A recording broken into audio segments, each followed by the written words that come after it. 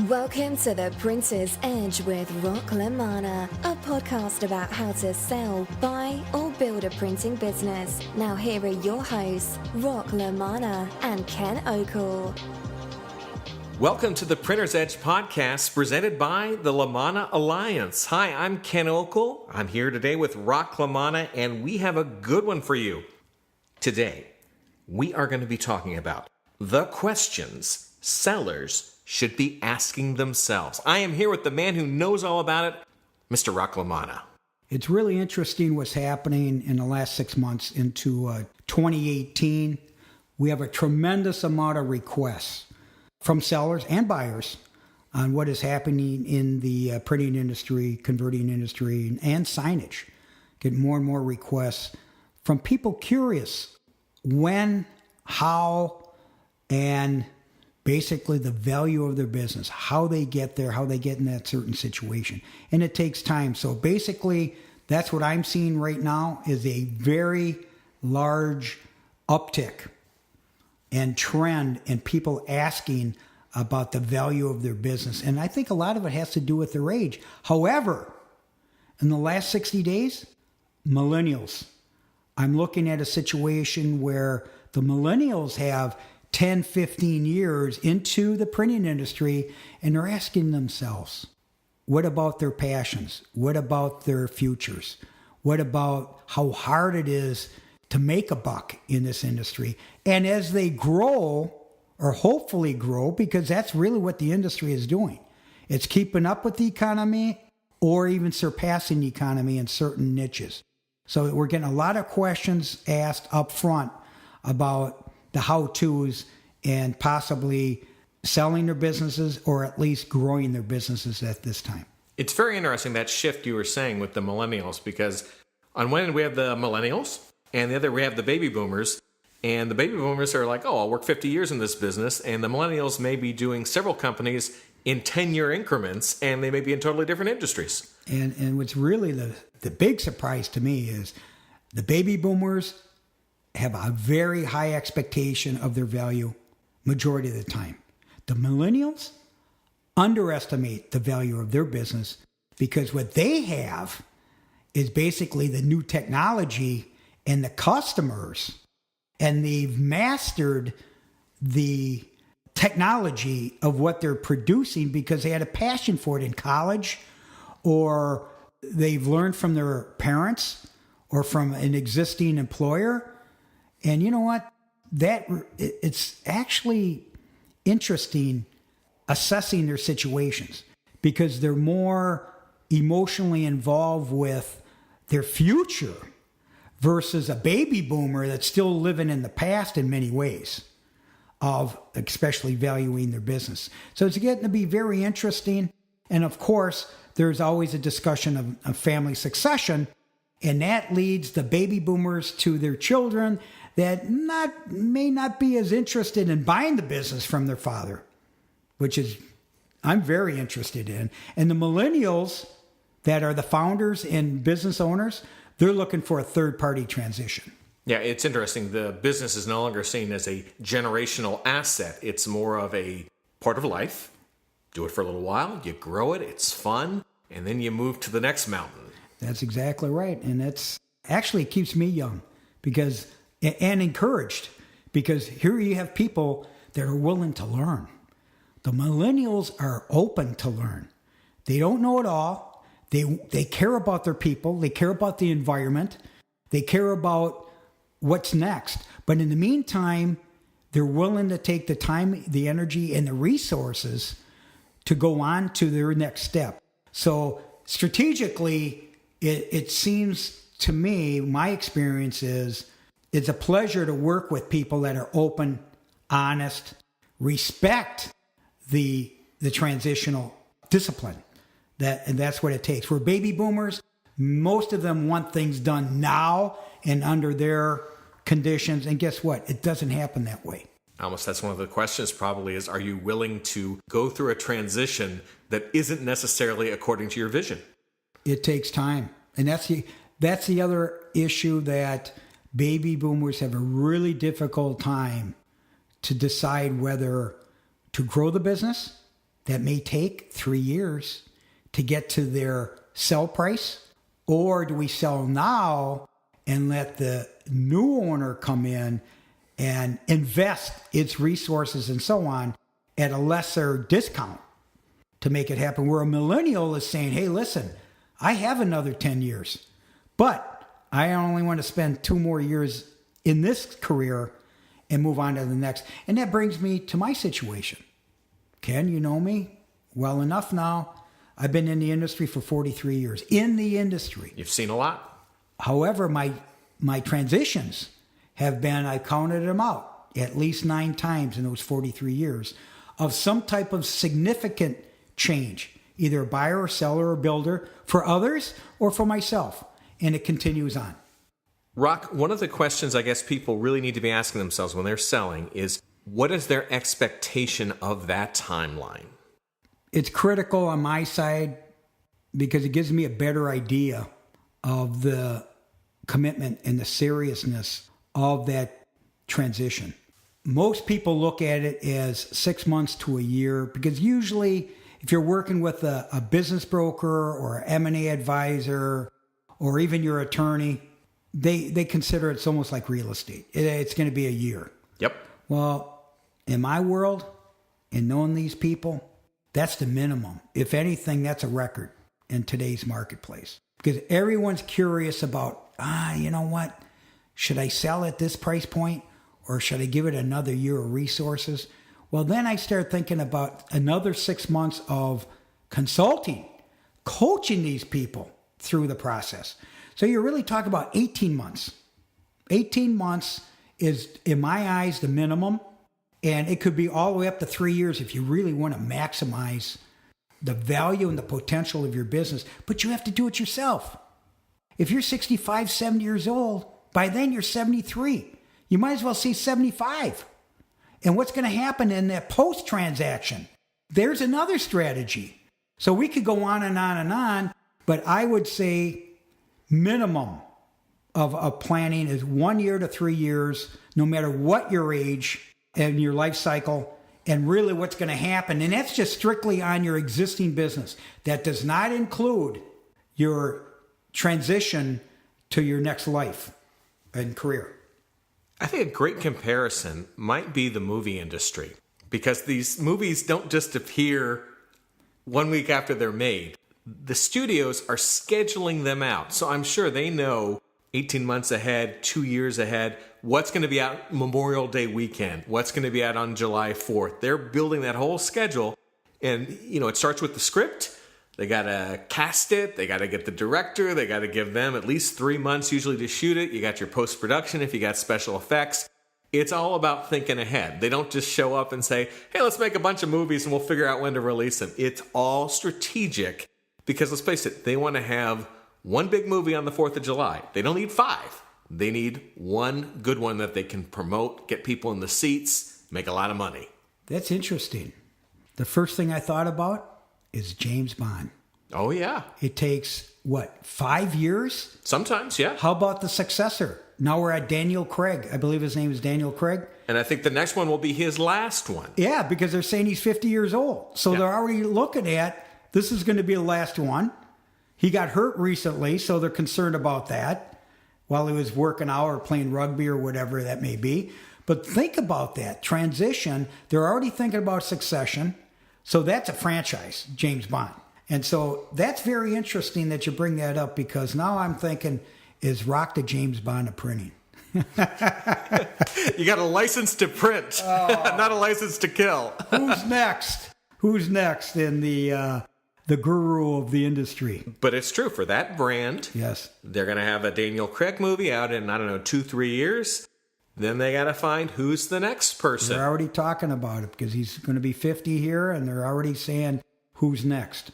And how many have we been through? Quite a few. Yeah, at least 5 or so, Exactly. I'd say. So yeah, that's a franchise where they have to think ahead strategically. What are they going to do about it? Do they change the character up at all with a different generation? There's lots of options that they have. It's a strategic move.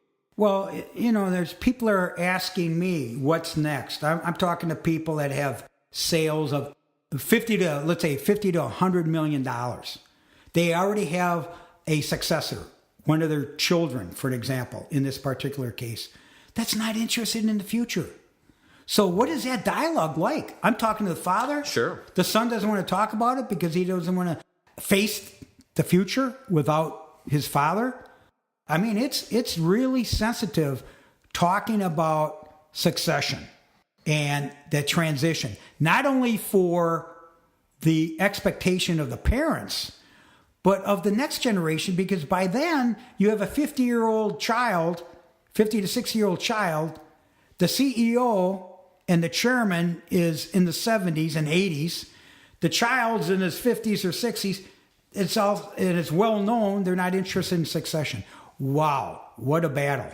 And as you know, in my case, I had a family of 13 that we had to transition, and that's another podcast all by itself. That is a lot of moving pieces, 13.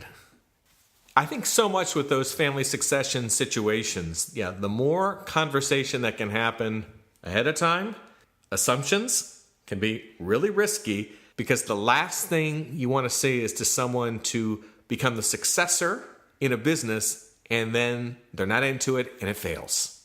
I've seen it too many times, and I've seen families hold on to a business that were not successful in a transition. And I believe it's a very high statistics of generational transitions not being successful. And a lot of it has to do with bringing in a third party to keep it sustainable and keep it moving. It's just like anything else. I mean, it's a successor. We've talked many times about coaches, the changes in coaching and the style and the chemistry. Look what happened with the Yankees with Girardi's out and we bring in Aaron Boone. Nobody thought it could happen.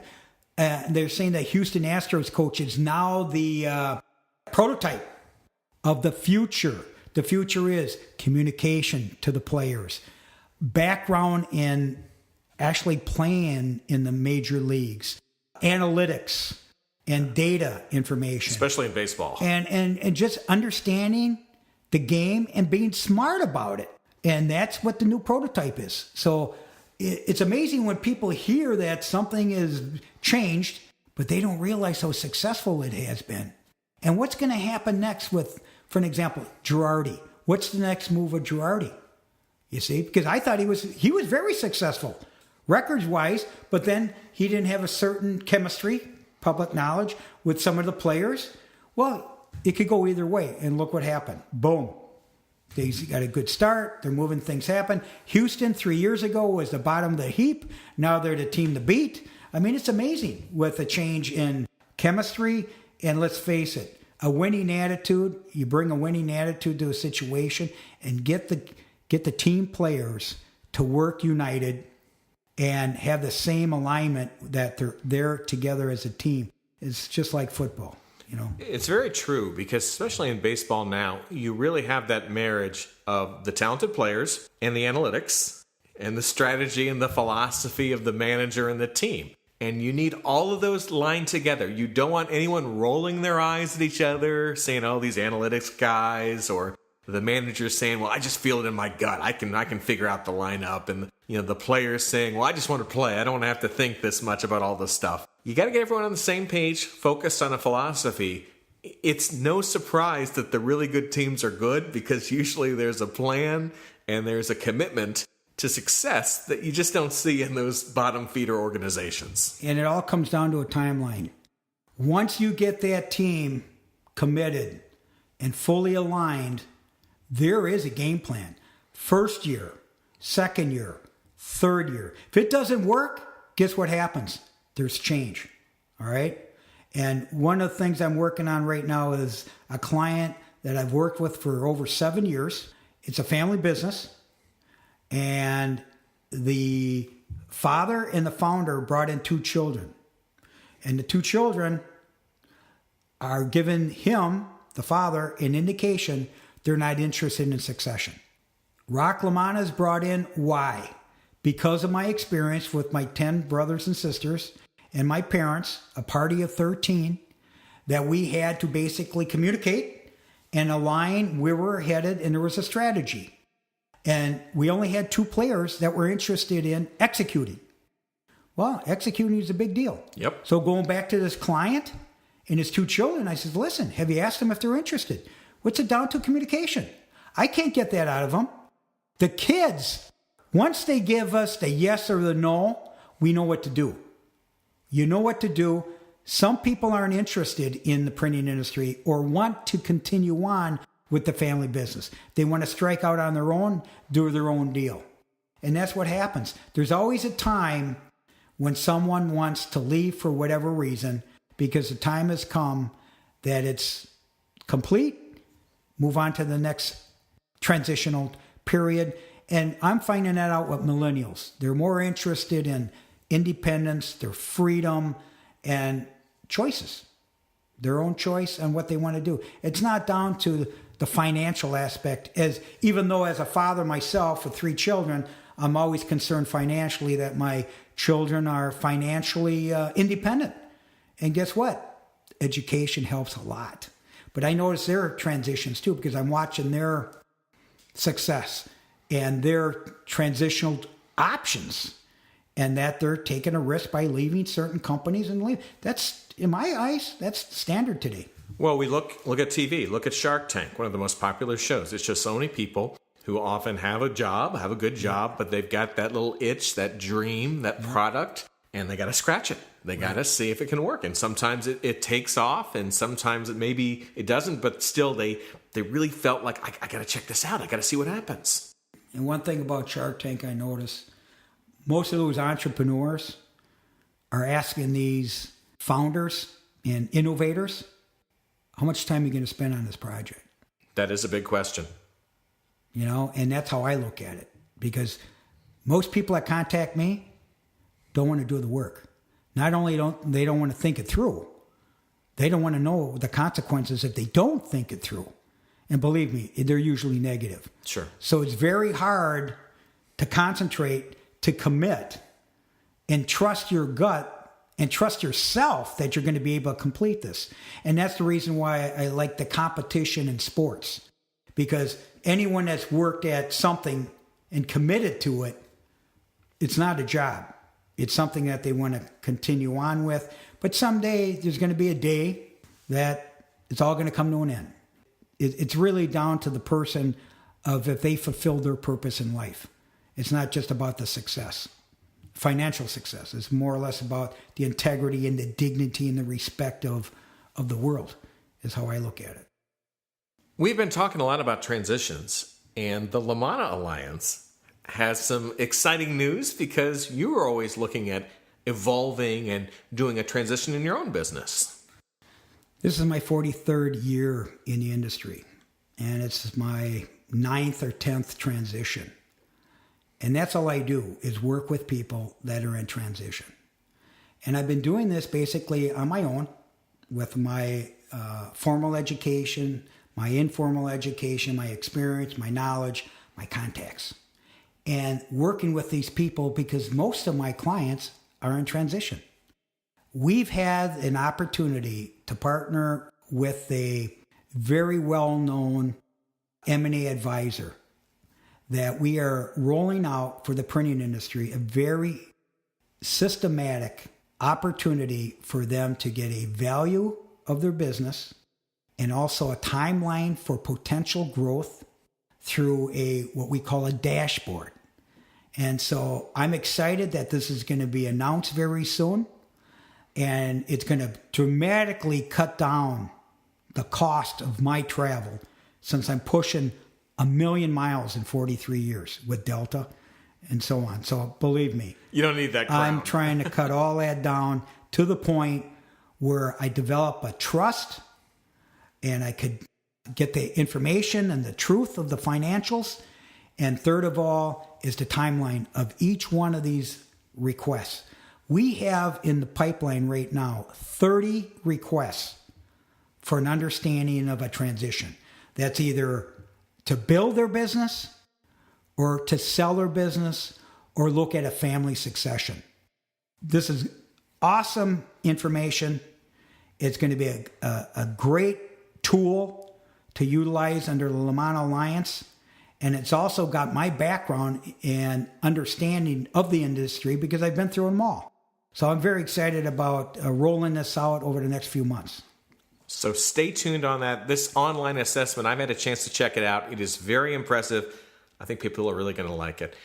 Rock, if people want to get in touch with you or connect with you, what's the best thing they should do? It's very easy. RockLaManna.com. RockLaManna.com. Email rock@rocklamanna.com. LinkedIn, Rock LaManna. Another avenue is Skype. Username, Rock LaManna. Easy to figure out. All one word. Twitter, @Rock LaManna. So bottom line, there's no way you won't be able to get a hold of me. I'm very excited about our next conversation. And we are putting out a lot of special content on your LinkedIn account. So I think people should check that out, connect with you there, follow you there, because it's kind of a unique bonus we have for people. A lot of stuff we're putting out. Don't want people to miss good information. And that reminds me, go on my website, subscribe.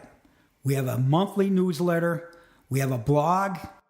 We're always in some type of printing tabloids such as LNNW. I write a column for. I'm always at the trade shows, specific trade shows. If you want me to come out and see you, I'm available for that also.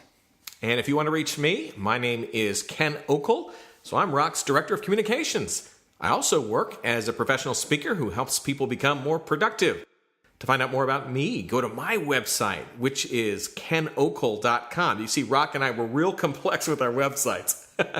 So KENOKEL.com. So Rock, as we wrap up this episode, I guess all that's left to say is see you in the marketplace. This is the Prince's Edge with Rock LaManna.